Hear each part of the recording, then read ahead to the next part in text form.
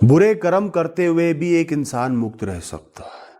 किसी को नुकसान पहुंचाकर भी एक इंसान मुक्त रह सकता है। बुरे कर्मों के प्रभाव से भी एक इंसान मुक्त रह सकता है। एक जल्लाद ने सैकड़ों लोगों की हत्या करी अपने जीवन काल के दौरान।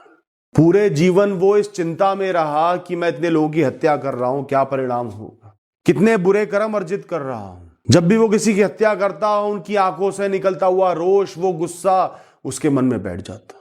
पर जब भी वो ये कार्य करता, हमेशा ईश्वर से माफी मांगता। वो ईश्वर से कहता अपने मन ही मन में कि हे ईश्वर, मैं इस इंसान की हत्या करना नहीं चाहता, मैं अपना कार्य संपन्न कर रहा हूं, पूर्ण कर रहा हूं, मेरी इच्छा नहीं है इसको दुखी देखने की, इसको दुख देने की, आप मुझे माफ करना। फिर एक दिन समय आया, बुढ़ापा आया, उसकी मृत्यु हो गई। उसको ईश्वर के चरणों में ले जाया गया। वो उस समय बहुत भयभीत था। अब तो जीवन काल बीत गया, गुजारा चल गया, अब वो बुरे कर्म आगे आएंगे। ईश्वर उसके जीवन का आंकलन करने लगे और आंकलन करके बोले, शाबाश मेरे पुत्र, बहुत अच्छा कार्य किया तुमने। वो जल्लाद चौंक गया। वो तो सोच रहा था खौलते हुए तेल में मुझे भूना जाएगा, तरह तरह की यातनाएं दी जाएंगी, और या ईश्वर कह रहे अच्छा काम करो। क्या मजाक तो नहीं कर रहे? ईश्वर से क्या बात छुपी है? उसकी भावनाओं को समझकर ईश्वर मुस्कुराकर बोले, पुत्र, हम हलवाई थोड़ी है, पकौड़े तलने का काम थोड़ी है हमारा। उन लोगों की हत्या करना तुम्हारा कार्य था जो तुम्हें सौंपा गया था प्रकृति के द्वारा। तुम नहीं करते, कोई और करता। उनकी हत्या निश्चित थी इंसाफ के लिए। तुम तो सिर्फ प्रकृति के निमित्त थे। तुमने उनसे कभी नफरत नहीं की, कभी उनकी हत्या में आनंद नहीं लिया, ना इंसाफी नहीं करी। तो वो बुरे कर्म कैसे हुए? वो जल्लाद बोला, हे ईश्वर, पर मैंने अपनी आजीविका तो उन्हें मारकर ही कमाई ना। मेरा मतलब तो छुपा ही हुआ था ना कि मेरी आजीविका चलती रहे। मैं मतलब ही तो था ही ना उनकी हत्या करने के पीछे। पुत्र, तुम नहीं करते, कोई और करता। ये कार्य तो होना ही था। और इसके साथ मैं ये कहूंगा कि ये मेरे सबसे मुश्किल कार्यों में से एक था, जिसमें इंसान को थोड़ा बुरा भी बनना पड़ता है, लोगों की क्रूर दृष्टि भी देखनी पड़ती है, मन में ग्लानि भी सहनी पड़ती है। हर कोई इस कार्य को नहीं संभाल सकता, ईमानदारी के साथ नहीं कर सकता। तुमने तो उस दुख को भोगा है जो तुम्हें शायद नहीं भोगना चाहिए था। उस मानसिक पीड़ा को सहा प्रकृति के मेरे इस कार्य को पूर्ण करने के लिए। तुम उन हत्याओं के कर्ता नहीं हो, वो कर्ता मैं हूं। मैंने तुम्हारे जरिए उनकी हत्या करी, उनको फल दिया। तुम तो मेरे एक बहुत अच्छे अस्त्र थे, पैनी तलवार थे, जिसने मेरा साथ निभाया उस युद्ध में। तुम अगले जन्म में एक राजा बनोगे, पर अपने व्यक्तित्व को, अपनी इस आदत को, ईश्वर को सब कुछ सौंप के करने को, इसको संभाल के अपने साथ ही रखना। युद्ध में हत्याएं भी होंगी तो मुझे सौंप कर करना। सुख भोगना तो जितना भोगो सिर्फ ईश्वर को ध्यान में रखकर भोगना, कि कुछ गलत ना भोगो, अन्याय ना करो, किसी का बुरा ना करो, किसी चीज के मालिक मत बनना। ईश्वर का नाम लेकर धर्म के रास्ते पर चलना। उस आत्मा को तुरंत एक रानी की कोख में डाल दिया गया। तो कर्मों के प्रभाव से बचने के लिए, जाने अनजाने में बुरा हो जाए, गलत हो जाए, उससे बचने के लिए, कर्मों के मानसिक प्रभाव से बचने के लिए, दुख है, सुख है, चिंता वाला काम है, कॉम्प्लेक्स काम है, स्ट्रेसफुल काम, निरंतर मानसिक शांति में रहने के लिए ये 4 शब्द बहुत जरूरी है। जादू है इन, ये मेरा नहीं है, दिस इजंट माइन।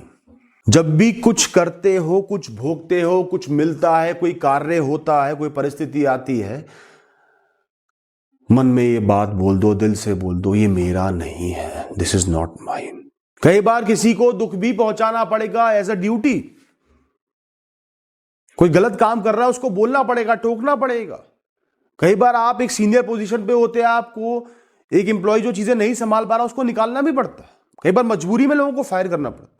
तो आपके दिमाग में ये बात होनी चाहिए, आपको खुद से ये बात बोलनी, दिस इजंट माइन, ये मेरा नहीं है, मैं सिर्फ ईश्वर का निमित्त हूं, ये कार्य सौंपा गया, कर रहा हूं। एक इंसान जो साइबेरिया के ठंडे इलाकों में, दुर्गम इलाकों में रह रहा है, जहां बर्फ के अलावा और कुछ नहीं है, या आर्कटिक में रह रहा है, तो उसको अपना गुजारा चलाने के लिए, जीवित रहने के लिए जीव हत्या करनी ही होगी। उसको उस कल्चर में बड़ा किया गया है जहां पे ऑप्शन ही जीवों को खाना दिखता है। अगर वो इंसान जीवों को कम से कम नुकसान पहुंचाए, सिर्फ आवश्यकता के लिए, पेट भरने के लिए, आनंद के लिए, या ज्यादा जीवों को मार दिया बिना कारण के, ऐसा ना करे। और ईश्वर से माफी मांगी कि अपना गुजारा चलाने के लिए मुझे ये कार्य करना पड़ रहा है, आप मुझे माफ करना। मेरी इच्छा नहीं है उसकी हत्या करनी, तो उस जीव हत्या करने के कर्मों से वो बच जाएगा। वो सिर्फ प्रकृति का निमित्त मात्र रह जाएगा एक जीव की मृत्यु के लिए, क्योंकि प्रकृति ने उसको उस परिस्थिति में डाल दिया जहां पे जीवित रहने के लिए उसको जीव हत्या करनी, और जिस जीव की हत्या होनी थी वो उसके सामने आ गया, तो उस पर कोई आरोप नहीं लगेगा, बुरे कर्म नहीं चढ़ेंगे। मेरे साथ ऐसा हो चुका है। एक बार घर में सांप घुस आया, बड़े बूढ़े थे, छोटे छोटे बच्चे थे। अब मेरी पहली नियत यह थी मैं झाड़ू के सहारे उसको बाहर निकाल दूं, और कोई छूने को तैयार नहीं होगा, बाहर से कोई इंसान आएगा नहीं मदद करने के लिए।